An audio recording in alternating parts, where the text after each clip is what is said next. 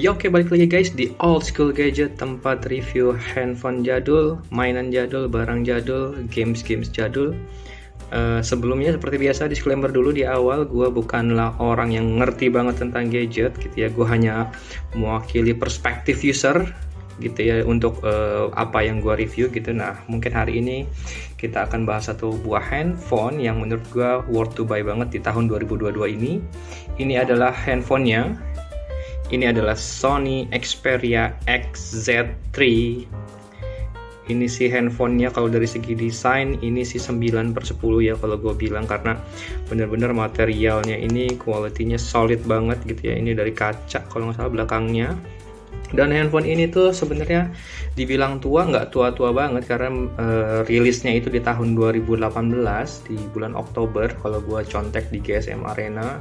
Terus juga dari segi dimensinya ini lumayan enaknya, nggak terlalu kegedean, nggak terlalu kekecilan juga gitu ya. Layarnya 6,2 inch kalau nggak salah, dan juga OS-nya sendiri ini sudah awalnya itu Android Pie, tapi sudah upgrade ke Android 10.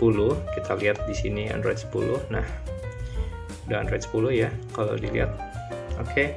Dan juga terus punya memori 64 GB, RAM-nya di sini kalau nggak salah 4 GB ya, yang ini, yang jenis ini. Dan ini handphone gua dapetin cuman dengan harga 1,4 jutaan aja. Nah, apakah handphone ini worth to buy? Seperti yang gue bilang di awal tadi, handphone ini tuh worth it banget untuk dipakai di tahun 2022. Gue sendiri sudah pakai mungkin sekitar 1 mingguan lebih untuk handphone ini, dan selama gue pakai user experience-nya smooth gitu ya, maksudnya karena gue bukan gamers ya. Untuk game sih gue coba beberapa games yang gue install seperti ini mungkin. Contohnya ini adalah GTA San Andreas. Gue coba mainin di sini. Ini tuh lancar-lancar aja gitu si gamenya, tanpa lag, tanpa apapun. Experience untuk main game di handphone ini tuh bener-bener gua sih untuk user sangat puas gitu ya untuk performa HP ini. Semuanya berjalan lancar gitu ya. Wah, tebak ya, bener-bener handphonenya untuk dipakai buka aplikasi tuh smooth gitu ya. Bener-bener nggak kayak handphone keluaran tahun 2018. Mungkin secara desain untuk yang untungnya sih gue pilih handphone yang warnanya hitam ini karena jadi menyamarkan gitu ya, bezel di atas dan di bawahnya. Kalau di tahun 2022 ini sih gue lihatnya nggak terlalu begitu ketinggalan zaman gitu ya. Dan banyak orang mengeluhkan tentang handphone ini tuh di bagian belakangnya, yaitu bagian fingerprintnya, karena fingerprint ini ada di tengah sini, biasanya kan di atas gitu ya.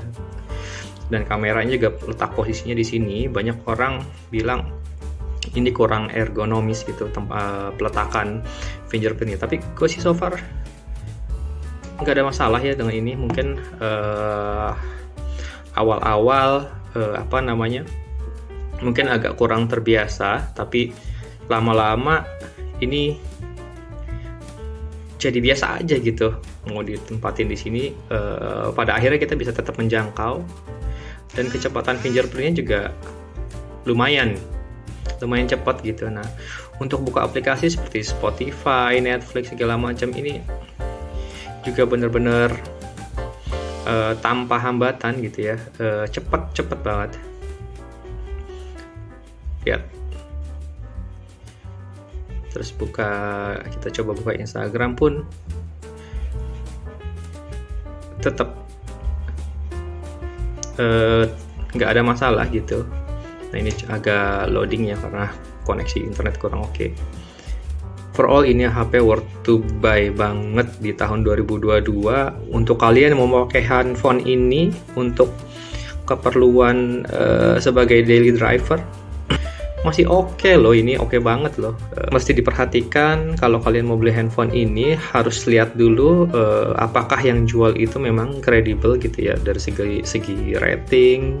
Di toko online ini gue beli di Tokopedia. Nah, pas awal datang gue sih deg-degan karena tidak bisa baca kartu SIM awal tidak bisa keluar sinyal. Terus nah enaknya kalian beli di toko yang udah bener-bener bagus dan terpercaya, itu mereka mau tanggung jawab gitu. Jadi di sini dibantu, nggak nyampe sehari tuh langsung keluar sinyalnya. Dan so far sih nggak ada masalah dengan 4G-nya, dengan sinyalnya gitu ya, aman-aman aja. Nah kalau kalian mau beli handphone ini, pastikan kalian sudah tahu dulu resikonya. Resikonya kalau misalkan beli HP limbah Jepang, mungkin suatu saat sinyalnya akan mati ya. Cuman balik lagi gitu ya, itu harus expect gitu ya. Kalau kalian mungkin butuh handphone cadangan gitu ya, dikala daily driver kalian rusak, ini sih cocok banget gitu ya, untuk menggantikan sementara handphone kalian gitu. Dan kalaupun mau dipakai terus-terusan, mungkin dari penjualnya sih garansi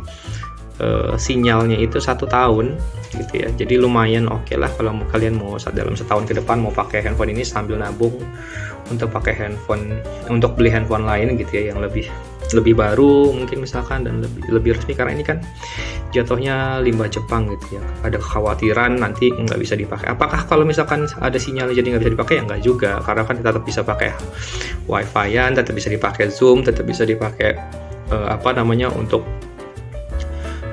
nonton YouTube, Netflix dan lain sebagainya, walaupun nggak ada sinyalnya. Ya mungkin ini buat handphone anak, mungkin anak kalian yang sambil makan pengen nonton YouTube, nah ini juga bisa jadi solusinya gitu ya. Dan untuk hasil foto dan videonya gue akan tambahkan setelah video ini. Nanti kalian bisa lihat gimana bagusnya hasil foto dan video perekaman dari handphone ini ya. Bagus tuh dalam artian ini kan handphone cuman harganya 1,4 jutaan. Tapi menurut gue dari segi foto dan videonya itu sudah bagus, sudah cukup lah gitu ya. Dan gue kan dari user yang memang ya pakai untuk kebutuhan sehari-hari, untuk WhatsApp, untuk main game beberapa kali gitu ya, dan untuk pakai ya nelpon yang gitu-gitu aja sih, nggak pemakaian berat. Dan jadi gue sih nggak ada masalah dengan hasil foto dan videonya sama sekali gitu. Jadi sekian dulu dari gue untuk review Sony Xperia XZ3 ini. Jadi kesimpulannya adalah handphone ini sangat worth to buy di 2022. Selain harganya murah, performanya oke, dan juga hasil foto dan videonya juga tidak mengecewakan. Dipakai main game juga oke. Ya paling kalau misalkan mau minus poinnya itu ya tadi sih, kalian harus hati-hati banget kalau misalkan mau beli handphone dari luar gitu ya, atau limbah Jepang. Kalian harus hati-hati banget, harus pilih toko yang memang sudah terpercaya gitu ya di toko. Dan mungkin untuk link pembelian handphone ini gue akan sertakan di kolom deskripsi. Sekian dulu dari Old School Gadget, sampai ketemu di video berikutnya. Bye.